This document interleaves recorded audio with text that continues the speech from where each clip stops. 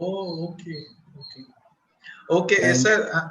We are live right now on the YouTube, so I think Yes, we'll discuss later, sir. Yeah. thank you. Let us observe silence. Oh, okay.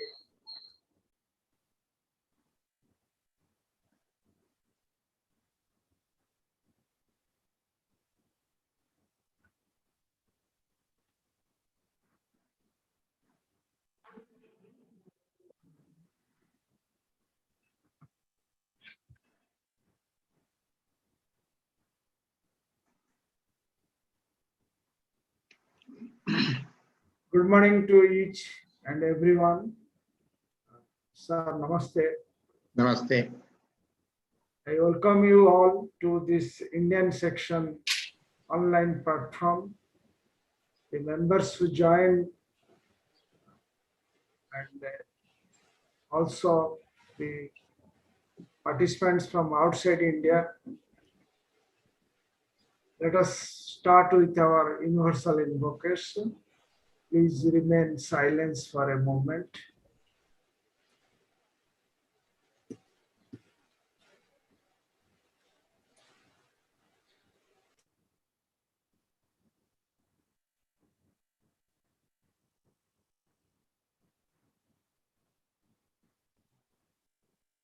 O hidden life, vibrant in every atom.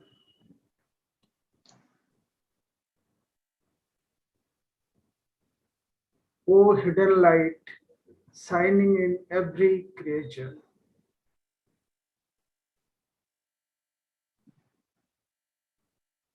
O hidden love, embracing all in oneness.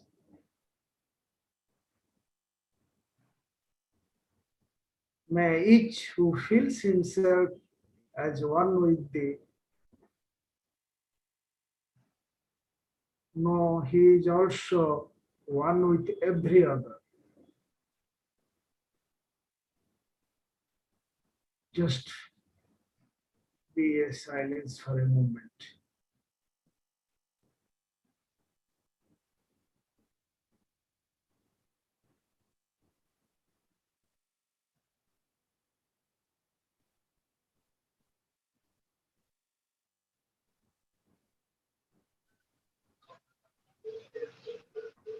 Thank you. Today our speaker is Brother Krishna. I have the opportunity to introduce him. Professor Krishna was born in Chennai, but he grew up in Indore, now the central India, where his parents were educationists. After completing his BSc from Holkar College, he joined Delhi University for his MSc in physics. There he met for the first time and heard Krishnamurti in the year 1957-58. In 1959, he joined Banaras Hindu University, Banaras, for his PhD and continued to listen to Krishnamurti during his visit to his education center in Rajghat, Varanasi. After completing PhD, he was appointed as faculty member in physics department of BHU. He was a professor of physics at the university when Krishnamurti, that is in the year 1985, asked him to take charge of Rajghat Education Center as its rector and principal of Rajghat Besant School. He worked in this capacity till 2003, and since then he is in charge of the Krishnamurti Studies Center at Rajghat. He has lectured all over the world on Krishnamurti teachings, science, society, and education. And most of the members who have attended the Adair International Convention, each year or 1 year after another alternate year, he delivered Krishnamurti lectures. He is a fellow of Indian National Science Academy and a trustee of KFI of India. He is a life member of Theosophical Society. In 2015, he wrote a memory entitled "A Jewel on a Silver Platter," remembering J. Krishnamurti. He conducted many times study classes in Indian section headquarters at Banaras, and most of the time you will find him. He also delivering convention lectures, and his connection with the Theosophical Society. He is a cousin brother of our former international president, Dr. Radha Banyar. His father, Nilakanthan Padmanabhan, is a younger brother of N. Sriram. His father is a younger brother of Rukmani Arundar. So with these words, with short introduction, now I request Professor Krishna to deliver the very important subject, that individual, society, and transformation. Thank you, Pradeep ji, for that kind introduction.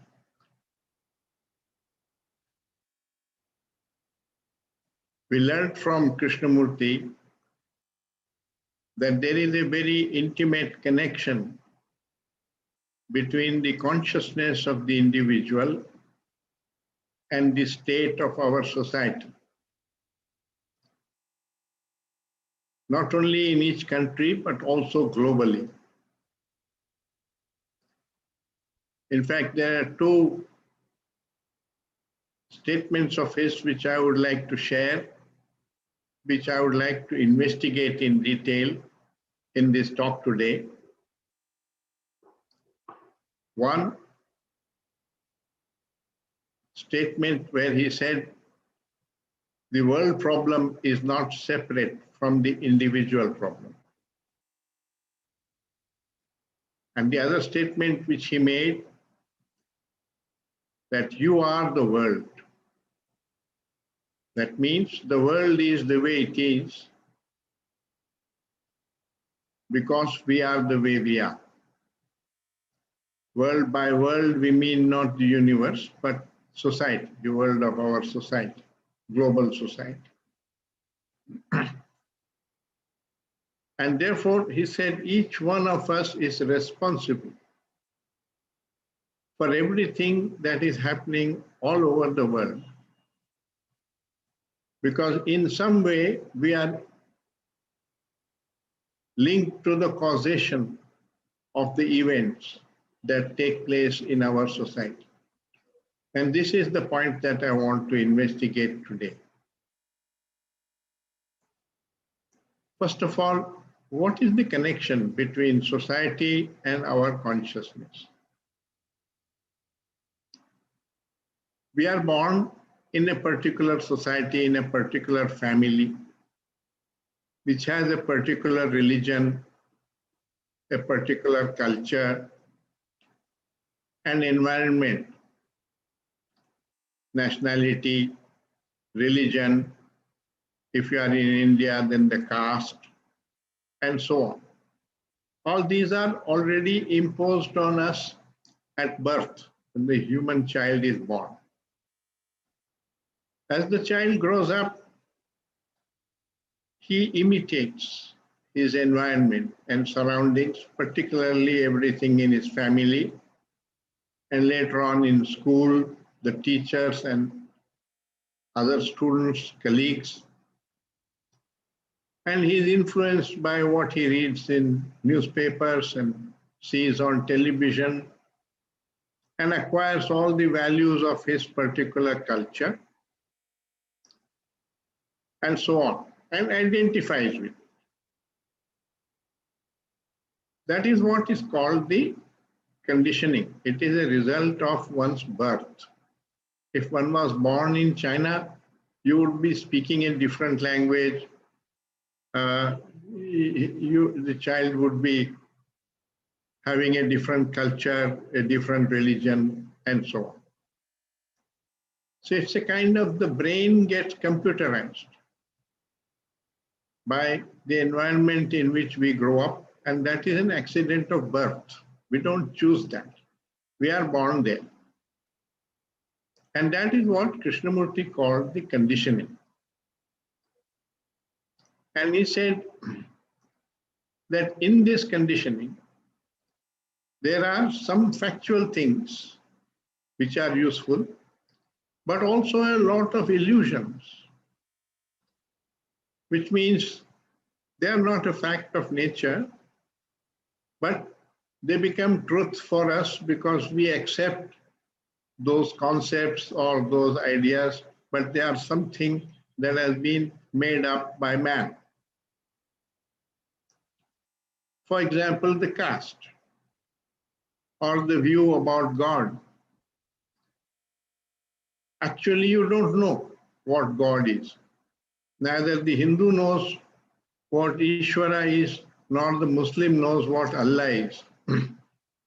They are repeating what they have been told. And they identify with it, call it their culture, their religion, and then feel proud of it.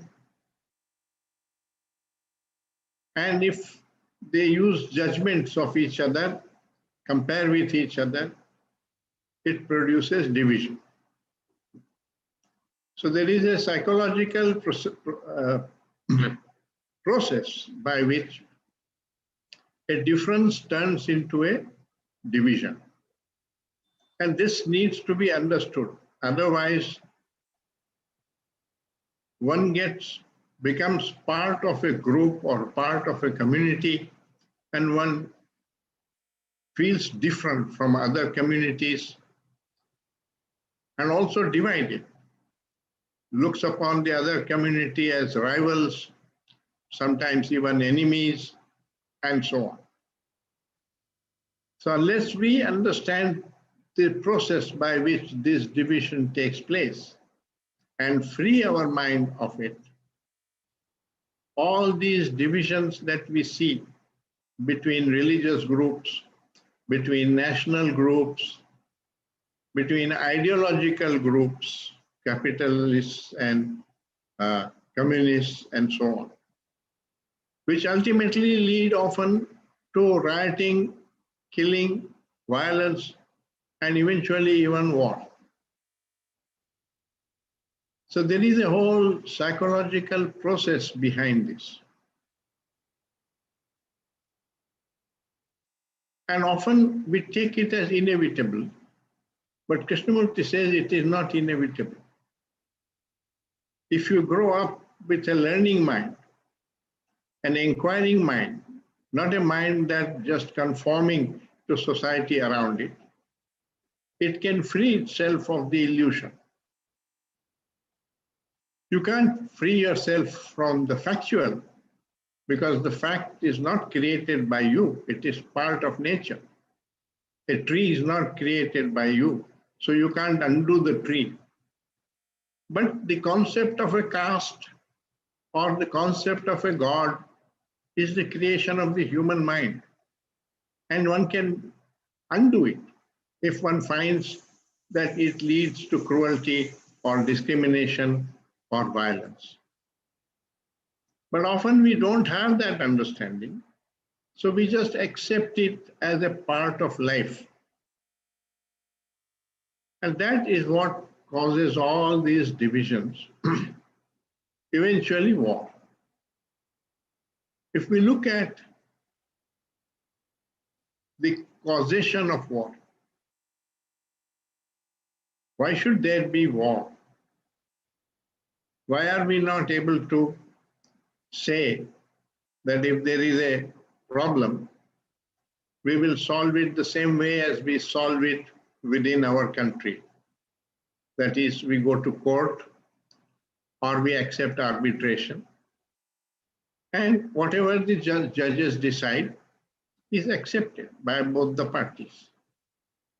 That process can be done internationally, but it is not done internationally because each community, each group wants to dominate and use violence to get benefits for itself.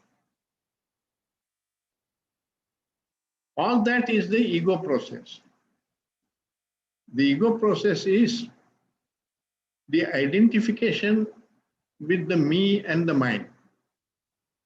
My culture, my religion, my ideology, my opinions, the attachment to all that, and the desire to dominate with all that and convert other people to our religion or our way of life creates the problem. Differences are natural. No two trees are alike in the world. No two leaves of a tree are alike. No two human beings are alike. And often we see difference as a difference. The skin color is different, the size and shape of my body is different, my age is different from others. And I see that as a difference. I don't create division out of it. We have not had war between tall people and short people, even though they are different from each other. So difference is a natural thing, and we have the capacity to see a difference just as a difference. Then it doesn't create a division. But when you attach value judgments to it, and you say, my way is superior, my ideas are superior, my religion is superior, and you want to convert others or dominate over the others, then it creates this division, psychological division between the two communities. And it is also there in our own consciousness. So if you identify with your caste, then you are against the other caste. You dominate over the lower castes and so on, exploit them.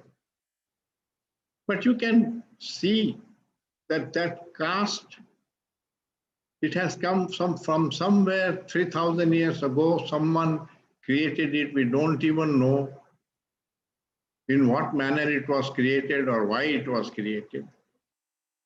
But right now, it is clear-cut division in the Indian society between the various castes, and we have caste riots and caste wars and caste domination, and people marry only within their caste mostly. So this perpetuates. So what is outside comes into the consciousness inside of the child. And then what is inside maintains the outside. So there is not a tremendous difference between the outside and the inside. That's the intimate relationship between our consciousness and our society. It's the same. I mean, there are divisions also within the religion. In the Muslim religion, you have the Shia and Sunni. They're just two different ideas. One believes that the Prophet was the last prophet. The other one believes that, he was not the last prophet. There would be another prophet who will come, and so on. So any kind of difference of opinion. In Christianity, you find that there are the Catholics and the Protestants. Both are called Christians because both are followers of Christ, but they have difference of opinion. And we have had big religious wars in the name of religion. So it becomes a big travesty of anything that can be called religious, because the word religion really means to unite, to bind together, and belief divides. So Krishnamurti pointed out that belief is not religion. And not only Krishnamurti, but in theosophy, Madame Blavatsky said, theosophy is not a religion, it is the religion. It's the essence of all religions. Annie Besant said, theosophy is the wisdom religion. And there is wisdom only in the mind that frees itself from illusions. And how do you free yourself from illusion? By discerning what is true and what is false. But if you accept everything in your culture as true, accept the entire propaganda of that culture,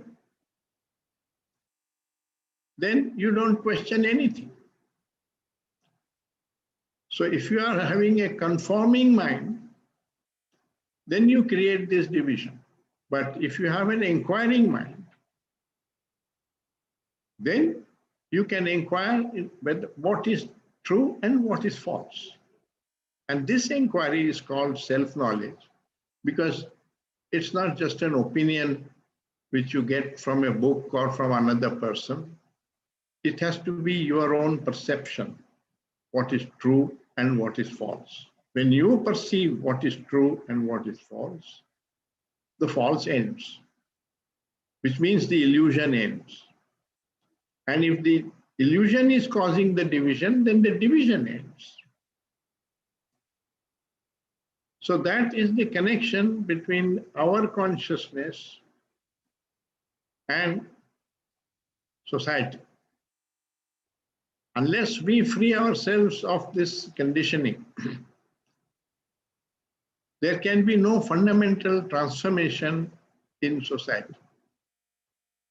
You can, of course, make better bridges, better cars, and so on, all that is being done.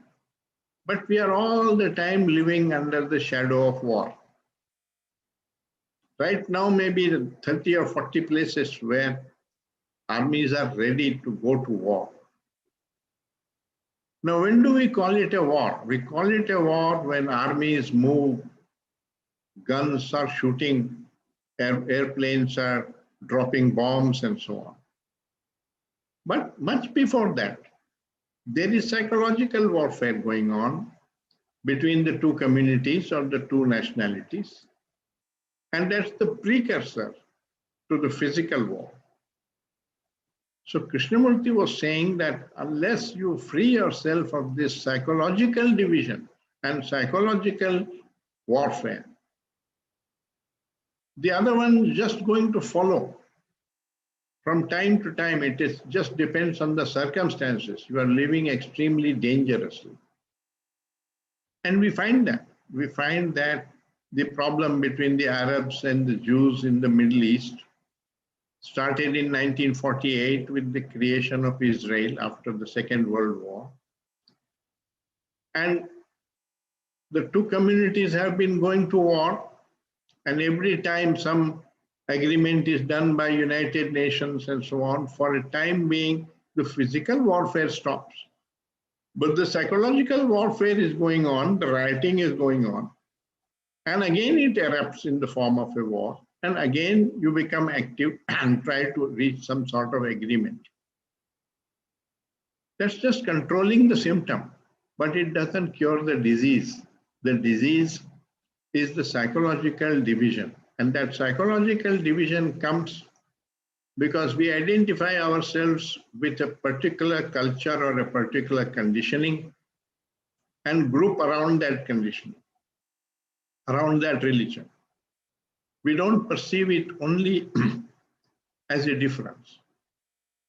Actually, if you perceive that the Muslim goes into a mosque and prays to God in a different way without a statue in front of him and so on, because that's what he has been taught to do.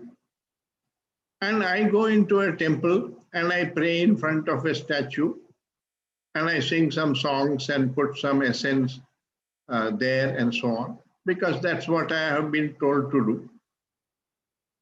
If you just see that as a difference, there is no division, there is no feeling. But the moment you say, oh, my way of doing it is correct, the other way is wrong, and you want to convert the other person and so on, then you have a division and you create images about the other person without knowing that person. The moment you hear that he is a Muslim, you already have an image about a Muslim as a terrorist and so on. He may not be that way at all. So I want to share a question with you, because if you deliberate on that question, we grow in our understanding. The question is, if a mind is violent, narrow-minded, hateful, unkind, what difference does it make whether he is Hindu or Muslim or Christian or atheist? And if a man is wise and generous, non-violent, large-hearted, what difference does it make whether he is Hindu or Muslim or Christian or an atheist? So the very fact that our mind gives tremendous importance to the affiliation of a person, which caste he belongs to, which country he belongs to, which religion he belongs to, is itself an illusion created by our own thought processes and images. So it is these illusions that divide us. The facts don't divide us.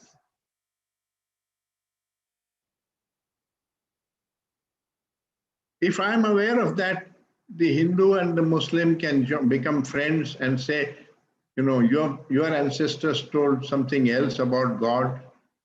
My ancestors told something else about Allah and how to pray to him. But I don't really know what God is. They would become friends and they would say, let's find out what the truth is. But that requires an inquiring, learning mind. And that's why Theosophy said, there is no religion higher than truth. The different religions, the orthodox religions, are not owners of the truth. Truth is beyond these religions.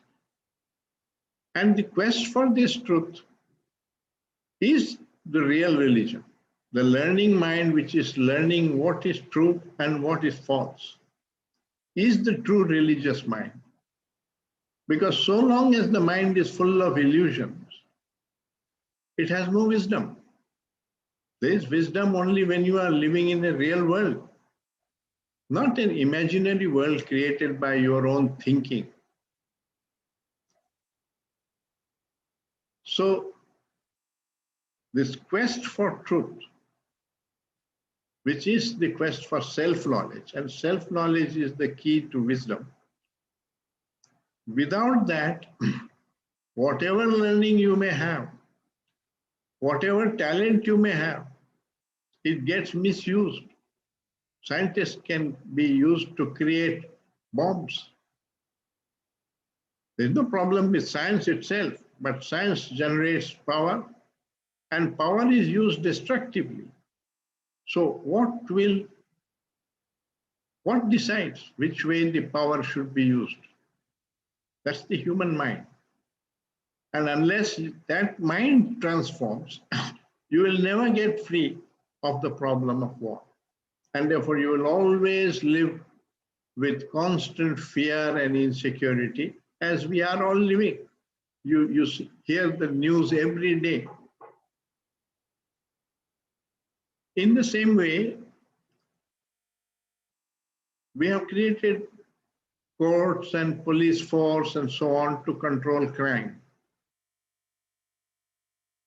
But what is the source of crime? This goes on, you know. Society is producing criminals on one hand and having a mechanism for eliminating the criminals on the other by having prisons and courts and police force and so on. And that keeps on going. Unless you ask a deeper question, why is society producing so many criminals, so many rapists, so many thieves?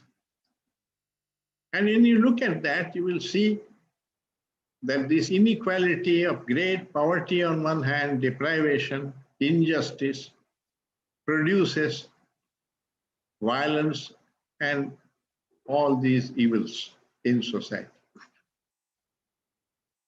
I want to narrate an anecdote. When Gandhi was murdered,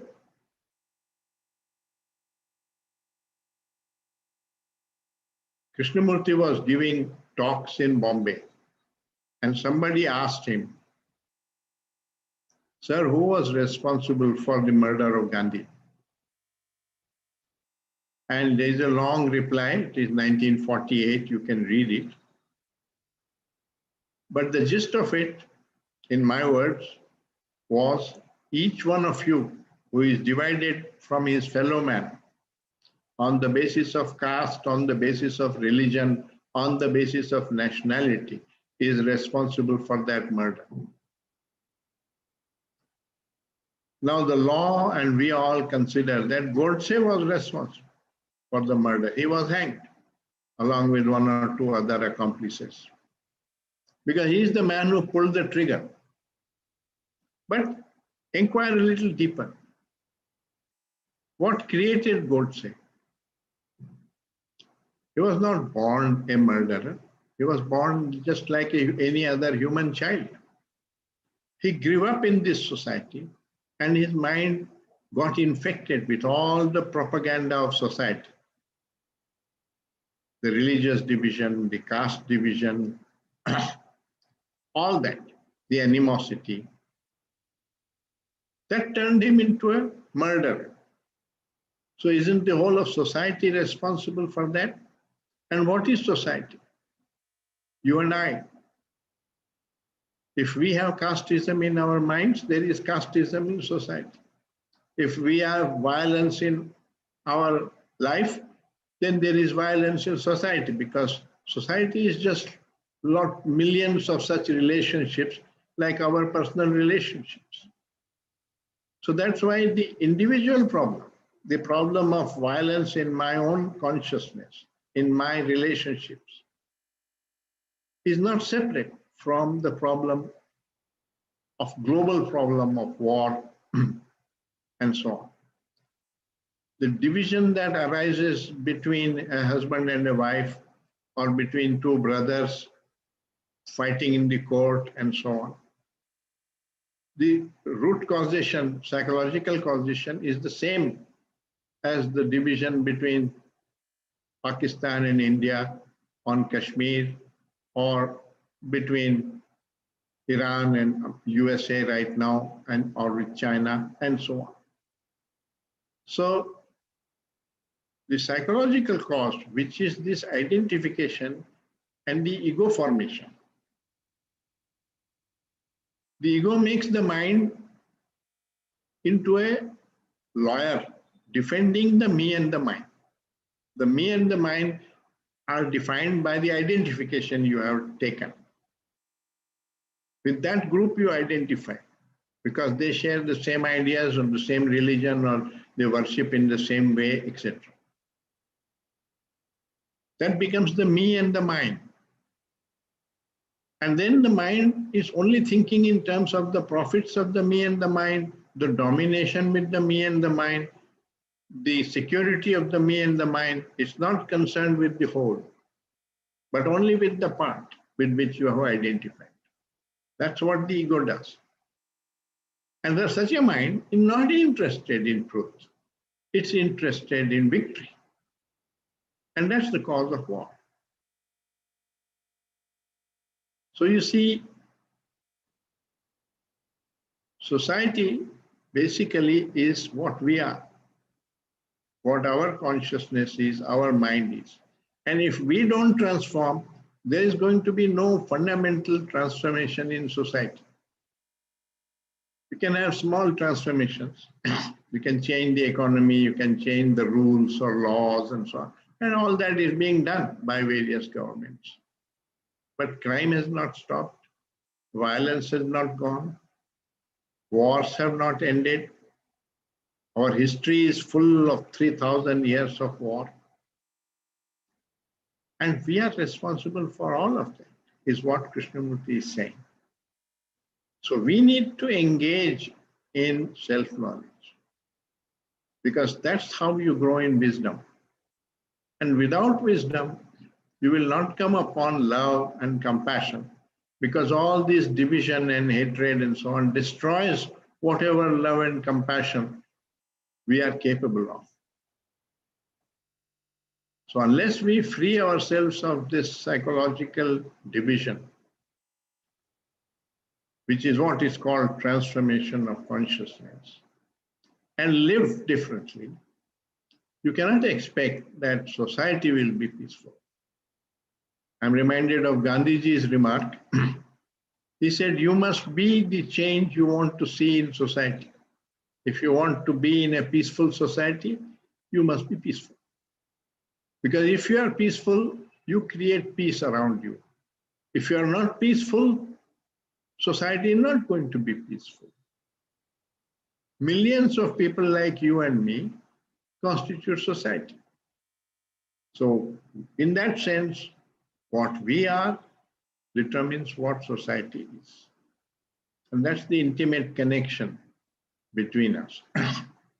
And the transformation comes only as a byproduct of wisdom. And wisdom comes from self-knowledge, which is this discernment of what is true and what is false. Otherwise, you accept everything.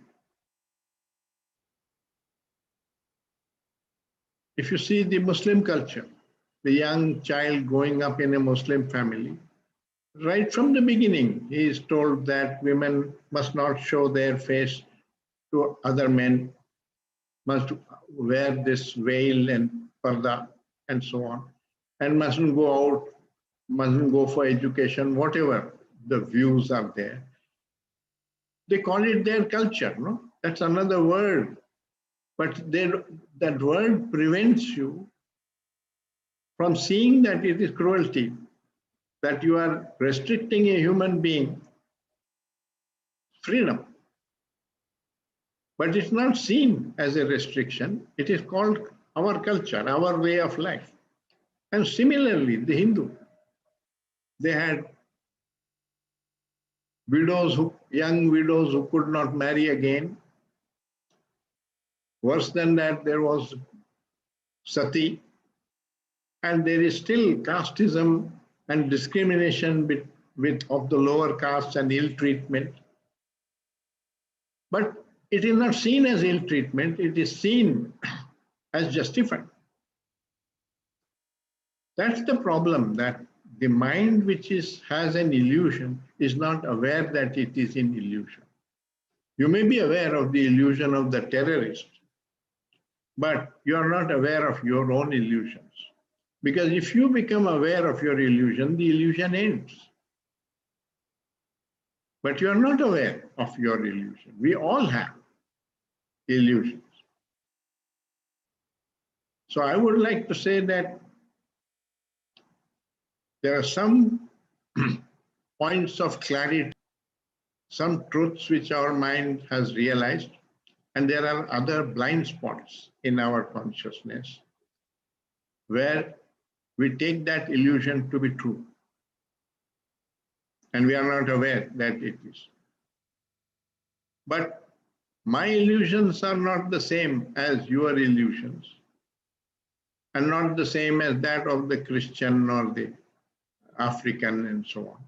So we can help each other through dialogue to free ourselves of these illusions. But if we attach ourselves to our illusion and we call it culture or my way of life, and we want to propagate it and we dominate with it, which is what is going on in the world, then you have what? So if you have an inquiring mind, and if you don't consider religion to be belief, but to be an inquiry into truth, then it is possible to have self-knowledge, which means you can grow in wisdom. We don't have the wisdom of Krishnamurti or Socrates, but we are necessarily, our thinking and our planning and our decisions will depend on what wisdom we have. But the wisdom that we have doesn't have to be static. It can grow. It grows only when you inquire. And this inquiry is not just an intellectual inquiry, but it's an inquiry that comes, you have to perceive what is true and what is false. Perception is a more holistic thing than just the intellect. Intellect is just an opinion, analysis, and so on. But perception is part of awareness, part of sensitivity. So because we don't grow up with this, we grow up being told to be ambitious, to be competitive, to achieve, and anyone who achieves a little is treated as a hero. All that is part of the conditioning of society. And because we are part of that, it is maintained in society. So one needs to see and one needs to inquire and learn about all this. And when you know that this is destructive, it will drop away. But when you accept it, when you say this is the way it is, nothing can be changed and so on, then of course nothing can be changed. So that's what Krishnamurti was saying, and that is what really Theosophy was saying. Not all theosophies, of course, but Theosophy is, you have to distinguish Theosophy from Theosophists. Theosophists may have certain opinions and so on, just as you must distinguish between science and the scientist. Scientists may have opinions and so on which are unscientific. But science is a body of knowledge which is the truth about how nature functions. In the same way, Theosophy is a body of truths about our life and our consciousness. That's why if you come upon that understanding, then you have the wisdom. And it is the wisdom that transforms consciousness. And only that transforms society in a major way. The rest of it is, yes, you can have better computers, faster trains, all that is being done. But it doesn't get rid of these major problems that we are finding. And right now, the problems have come up right up to here. Scientists themselves, ecologists and so on, are predicting that humanity will not survive this century. The climate change and so on, which has come as a byproduct of so-called progress, without understanding our relationship with nature, though we are part of nature, treating it as a resource for economic development, giving tremendous importance to economic development rather than human development, all that is part of the illusion, part of the lack of understanding of life and relationship. So we ourselves are the cause of our sorrow. I'm sorry, it may sound pessimistic, but truth is truth. It is not a question of whether it is hopeful or depressing. Thank you. I think I'll end it here. And we can have some discussion or questions. Sir, there are two questions which is in the chat box. Sure. One, Balaji, He asked, where and how do I start the process of transformation of consciousness? Start very simply from wherever you are. If you get angry and you shout at the servant or at your child, inquire what causes that anger to come. There is some illusion in your mind from which it arises. Find out that illusion and end it, then it will go. But we have not been encouraged or trained in this inquiry. We have been asked to just cope with these problems. So start from there. If you feel jealous, find out what is jealousy. Why do I compare myself with another? And if he has more, why do I feel unhappy? Why can I not feel happy that my brother does better than me? It's a propaganda in the mind, because parents, teachers, everybody is all the time berating you and saying, look at your brother, he is so brilliant, what is wrong with you? And you sow the seeds of division between brothers by saying that. Why should you not be different? Why should my brother not be better at mathematics than I am? He's another person. He has his own talents. I have my own. There is no child that is unintelligent. But the intelligence manifests differently in different human beings. Psychologists are now understanding this, that it is not just intellect, but also emotional intelligence and spiritual intelligence, and also the intelligence of the body, of the ability to dance, to play games, all that is also intelligence, balance. So there are multiple intelligences. But when you define intelligence in a very narrow way, as just ability at certain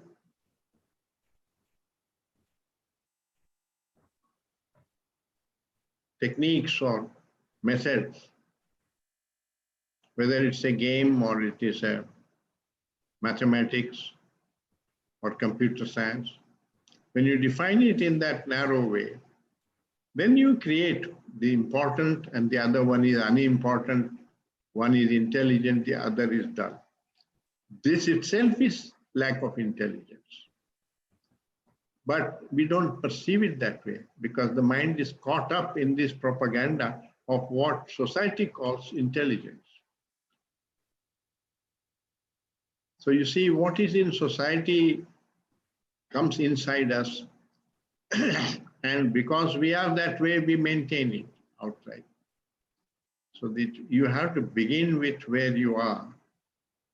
And every time you experience a negative emotion, instead of condemning yourself and feeling repentant and so on, it's more important to find out, to discover. It's an opportunity to learn about yourself, that from where did this arise in my consciousness? That is self-knowledge. Sir, Dr. Bina Singh from bring balance between the two, science and spirituality, because of this contemporary chaos, difficult to achieve a fusion of spirituality and science. If you consider the approach of science, you find that they rely on experiment, which is observation.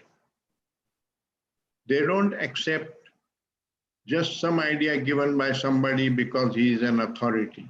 They question it, they test it in life, and it is accepted only when it is tested and found to be true. So they disregard it in authority. But in religion, we have promoted authority instead of promoting inquiry. We accept something just because Krishnamurti says so, or Blavatsky said so, or some authority, Leadbeater said so. This agreeing with an authority has very little meaning. It means you have not understood anything yourself. But when you investigate what Krishnamurti is saying, as we have done just today, or what Leadbeater is saying, or what Blavatsky is saying, then you grow in your own understanding. And that investigation has to be done through actual observation of consciousness in your daily life as it is operating and manifesting, not just intellectually, because otherwise you will become a professor of Buddhist philosophy, but professor of Buddhist philosophy, not the Buddha. The Buddha is not what he was because he gave good lectures. He came upon a consciousness which was free from sorrow, free from fear, free from all this negative emotions, what we call moksha or whatever. So it's not just an intellectual idea or change of opinion. That's a very superficial thing. And the fact that we have given tremendous importance to change of opinion is itself an illusion. Opinions are like property, intellectual property. Your property, not your consciousness. You may have a lot of big house and money and so on. Does that alter your consciousness? No. What you are as a human being in your consciousness, that is what you are, not your property. In the same way, the mental property also is just property. It doesn't change consciousness. So knowledge does not change consciousness, but perception does.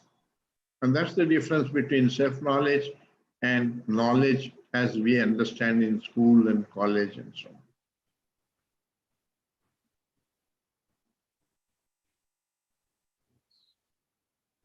Shekharji, there is some other questions, but it is very difficult to see in chat box. Yes, there is actually there are a couple of more questions.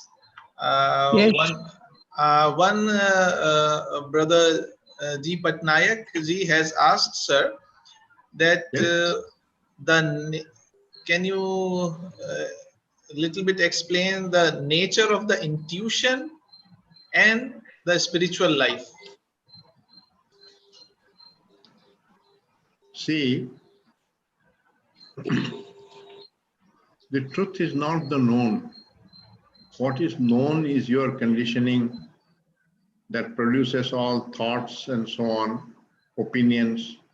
All that is coming from your conditioning, your personality. That's the known. It contains some facts, but it also contains a lot of illusions. So that is not the whole of the truth. So the truth is beyond all this. It's the unknown. How do you come upon the truth? It requires what is called an insight. An insight is possible only when you doubt the known. When you are free from the known, then you can be exploring, and there is a mysterious process by which the human mind discovers something which was never known before. So truth is like that. It comes in a flash to the mind which is questioning the known. But the one that is accepting the known and propagating the known is propagating an illusion. It's not in contact with truth. So that is what you need as an insight. In science also, insight has a role because all great discoveries have been made that way. I mean, take the example of Einstein.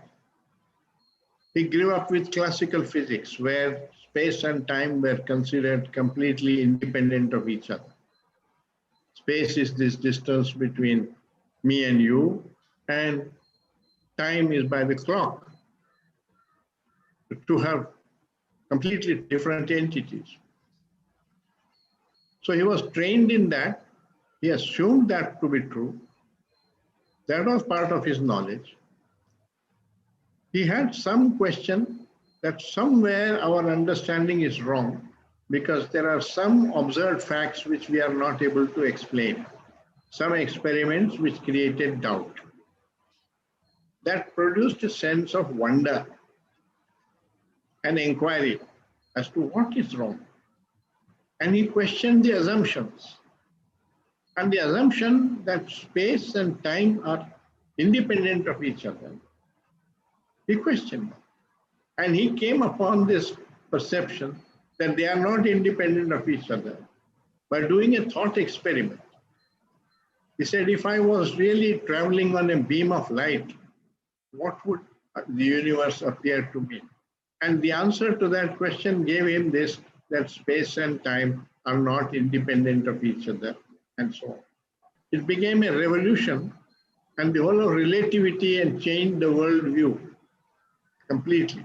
Now that's an insight.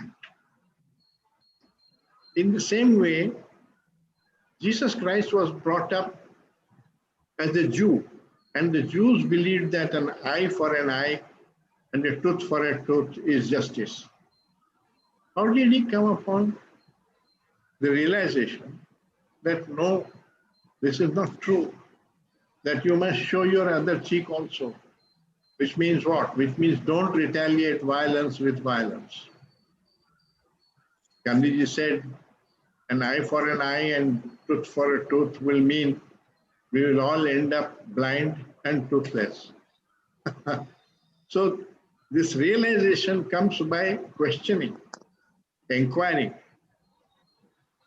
observing, realistically, in science also, in religion also.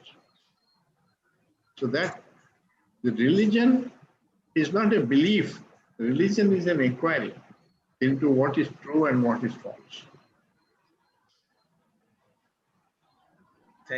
Thank you, Sir, I have a Professor. question.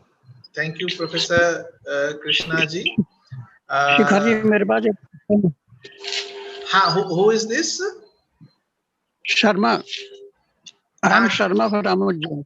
Sharma ji. Shall Yes, I- yes. Ji, please ask your question. Sir, in one of the book of Sri Ravi Ravindra, The Two Birds on One Tree, Yes. in one paragraph, he writes, once not long before his death, he said to me with the eyes full of sorrow. Now Krishnamurti is saying, Krishnamurti's statement, no one understands what I have been saying for last 60 years. No one. I too added to his sorrow by not understanding. Ravi Ravindra says like that. It is true, sir. Nobody actually fully perceived what Krishnamurti was pointing out. We have got bits of understanding out of him, but we haven't got his wisdom, or the Buddha's wisdom, or Vivekananda's wisdom, for that matter, or even Annie Besant's wisdom. We don't have that. So, but they were also human beings like us, and they grew in wisdom, and they came upon the wisdom which they came upon. And on his deathbed, he said that. I was myself there when I heard it. He said, I'm surrounded by people who have not the foggiest idea what I am talking about. I was also, of course, one of them around him. And I had no also foggiest idea only of what he was pointing to as the other and so on, those things. So I could only say, sir, I'm sorry. What else do you say to a man who's dying? And he says, Shikhar, I want to ask one question. Yes, Professor Shinde ji. Yes. Namaste, Krishna ji. Namaste, Shinde sahab. Especially, Krishna ji has asked us to be concerned with three things. I would like to focus on it. He asked us to concern for three things. One, human concern. Second, global concern. And third one, he said, religious spirit, concern for religious spirit. I would like to ask you about this religious spirit, what he wants to convey us. So the religious spirit is freedom from the ego, which is love. If his definition of love is where the self is not. The self meaning the ego, that attachment to the personality, that is the ego. If you read Madame Blavatsky also, she says that you must burn your personality completely before you can join the esoteric section. Otherwise, it will burn you. If you cultivate these occult powers, it will burn you if you are not free from the ego. So you have to first free yourself of what Krishnamurti called freedom from conditioning is the same as freedom from the ego, what we call moksha or whatever it is. Because he says, learning does not even begin until you free yourself of the conditioning. Because your conditioning colors your view. And so you don't perceive things as they are. You perceive it through a colored glasses. The colored glasses is coming from the conditioning, your opinions and so on. So you have to free yourself from that identification. That's why one of his books is called Freedom from the Known. You have to free yourself of the known. The personality is the known. Freedom from the known does not mean the absence of the known. Freedom from property doesn't mean you have no property. Freedom from your wife doesn't mean that you have no wife. Then what is there to be free of? So freedom means it doesn't dominate in your consciousness. It's there. Yeah, thank you, sir. Thank you. Yeah, you will. Sir, Namaste. I'm Krishnamurti from Madurai. I would like to know what were the Krishnaji's views on the masters of the esoteric section. I'll tell you what he said to me. In my very first meeting, which I had with him in 1958-59, I asked him, sir, I have read these versions of you people sitting in the esoteric section and bringing messages from dead spirits and so on. What was all that? Was it all hallucination? He said, no, sir, those things exist. It's another form of power. It has nothing to do with goodness. So I'm not interested in it. So I connect that with Blavatsky's warning that so long as you don't free yourself from the ego, if you cultivate esoteric powers, it will burn you. And indeed, there are examples of theosophists who made the mistake of cultivating occult power before coming upon freedom from the ego, and they turned mad towards the end of their life. I don't want to name them, but we know them. And this is a known fact. It is there also in Buddha's teaching. He says that as you go on this path of inquiry and learning for yourself, these powers will come, but they are a distraction away, and you must not pursue them. He was aware of the danger of these powers which come. That means you can read other people's mind and you can see beyond the wall and things like that. Krishnamurti had those powers, but he never used them, and he never said that you have to cultivate those powers. So that is what I understand from him about his opinion about occult power. So he's saying self-knowledge is more important, and it doesn't require occult power to come upon self-knowledge. Thank you, Professor Krishna ji. Thank you, sir. The time is almost there, but if you permit, there are last two questions. If we can take up, sir. Sure. Okay, so these are the last two questions we are going to take up. One brother Dubal Harsoklalji has asked, how can one apply the wisdom with theosophical perspective about corona pandemic? There is a physical aspect and there is a psychological aspect to the corona pandemic. There is a certain danger of catching the disease and so on. That is the physical aspect. You have to take precaution, and it is part of intelligence to do that. But there is the psychological part where you keep imagining you might get this infection and then you might die and so on, and so the worries all the time, and it becomes a neurotic state.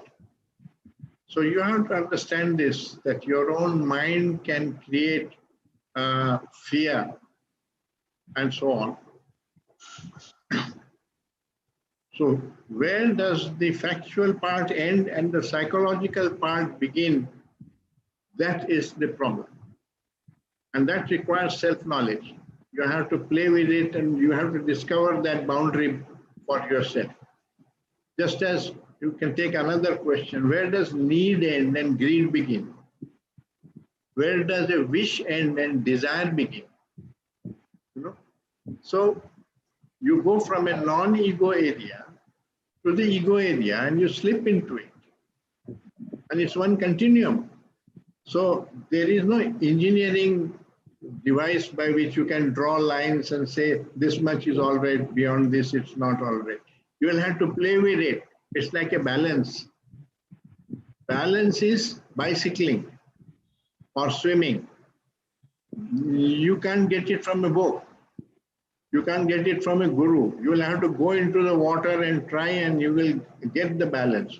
Or you climb the bicycle and you will fall a few times, but you will learn eventually how to ride the bicycle.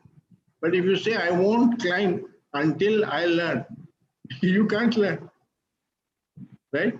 So this self-knowledge is like that. What is the right use of thought? Where thought is useful, should be used. Where thought has no significance, find out. Find out. Don't ask for opinions from other people from a book. That's only knowledge. Find out means you have to experiment with it in your life, daily life, play with it. Then you will discover. Even simple things like how much food to eat and when does it become overeating. Right?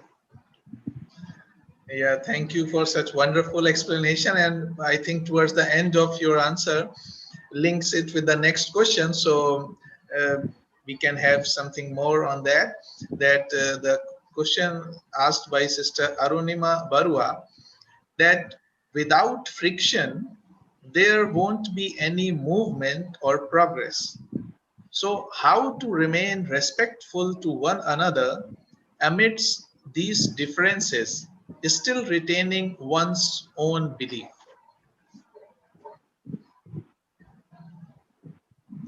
First of all, there is a statement of Ogden Nash which comes to mind. He said, progress was all right once, but it went on too long. He probably said it jocularly, but it is true. Because when you went from bullock car to motor car and so on, or engine, it was fine. But now to go on progressing in that direction, faster computers, faster planes, more this thing, you are producing all these ecological catastrophes and so on without realizing what you are doing. So when you don't have holistic perception of whole of life, you can progress in one particular direction and yet it may be completely wrong because it is under a wrong vision. I can give you an example.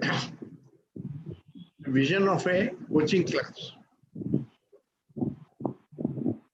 is that education is necessary for getting a job.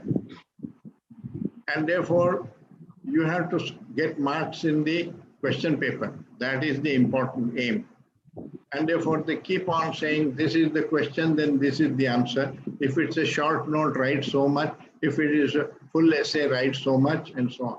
And you memorize, and the student passes that. The whole vision of education is false. Education is not for passing an examination or getting a job. Education is for improving the faculties of your mind and developing them, including the sensitivity in relationships and so on. So when you have a narrow vision, you can put in a lot of ambitious effort, and the whole thing is wrong because it's under a false vision. Okay. Without wisdom, it will be so wrong, sir. Without wisdom, We don't have any further questions. Yes, sir. That was the last question that we took up. So we can, I request Brother Pradeep ji to. Thank you, all of you. Thank you, sir. Thanks to all of you. Now I request Sister Rina to the closing prayer. Sister Rina. Yes.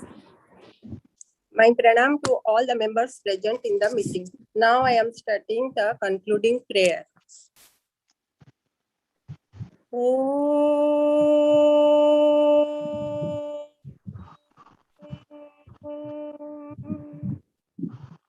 Sarvesam susti bhavatu.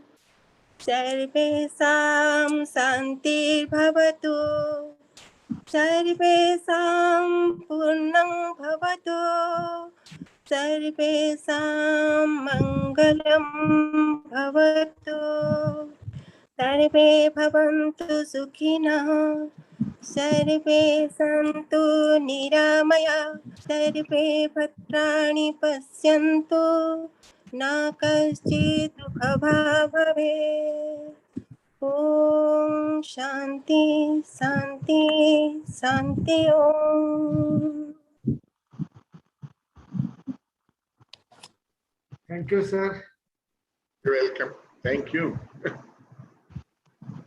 Thank you so much, sir, for such an insightful and I would not say thought-provoking, but maybe inspiring us for inquiry within. Thank you so much, sir.